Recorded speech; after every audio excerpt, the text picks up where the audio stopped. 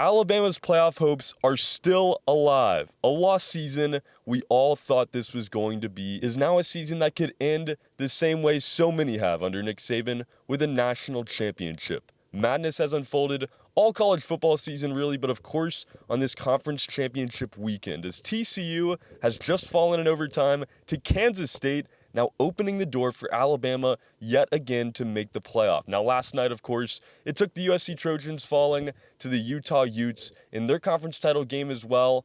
That was the first domino after Clemson had lost to South Carolina last weekend as well. Tennessee to South Carolina the weekend before. Things slowly and steadily started to clear up for Alabama, and in a season that we thought was gone with 2 losses to LSU and Tennessee, a season that Alabama didn't even go to Atlanta. They're not even playing in the SEC Championship today. They now have a chance to make the playoff. What is this going to come down to? As we look at the playoff, of course, Georgia is locked in. Win or lose in the SEC title, you could probably say the same about Michigan at this point as well. Those 2 slots are filled. Ohio State now looking like they're almost locked into the playoff with the 2 losses of TCU and USC. But the 4th spot, what does it come down to as we look at the College Football Playoff Committee's criteria?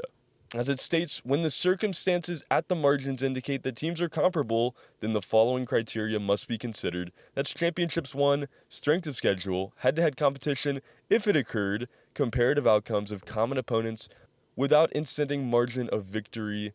As we look at this, guys, it's going to be Alabama, TCU, maybe even Tennessee has an argument at this point with all the madness. As we look at these criteria with each of the teams, head-to-head, Tennessee and Alabama did play. Of course, Tennessee won that game.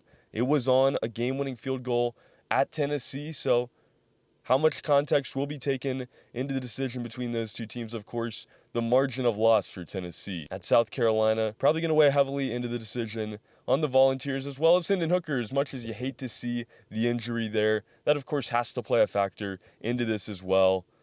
The strength of schedule, as we have it pulled up here on team rankings, Alabama at number 1 on teamrankings.com. You see Tennessee right there as well. Some of the other schools, Ohio State in the mix. TCU, Texas Christian, you see down there at number 9. And as we look at ESPN's FPI rankings as well, Alabama number 2 here, second to Georgia. Tennessee down at number 5 at a 21.7. Now, as we look at what FPI actually is, it's based off of data from typically the previous season, returning starters, past performers, recruiting rankings, all that kind of stuff. And this information allows the FPI to make predictions on what is going to happen and how hard each schedule is. The data, of course, evolves throughout the season.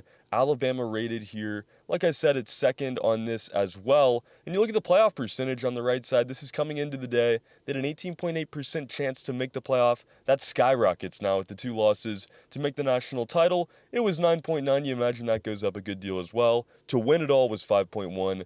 We expect to see that number climb. You look at Tennessee, a great season. But again, the recent loss, I think, too, is going to make it hard for them to get into the playoff. Now, TCU, this is a crazy game. Of course, they're in the Big 12 title.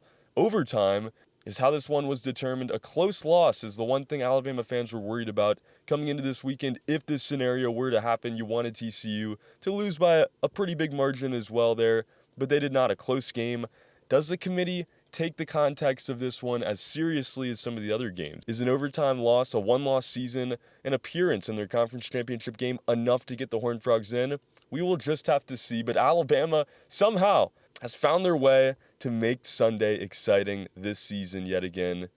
And if not, of course, Alabama probably going to be in the Sugar Bowl. And of course, guys, we're going to have coverage on all of this and much more at BamaInsider.com. Go join us today and be sure to hit the like button on this video. Let us know in the comments what you think is going to happen here. Does Alabama get into the playoff? And let me know your top 4 as well.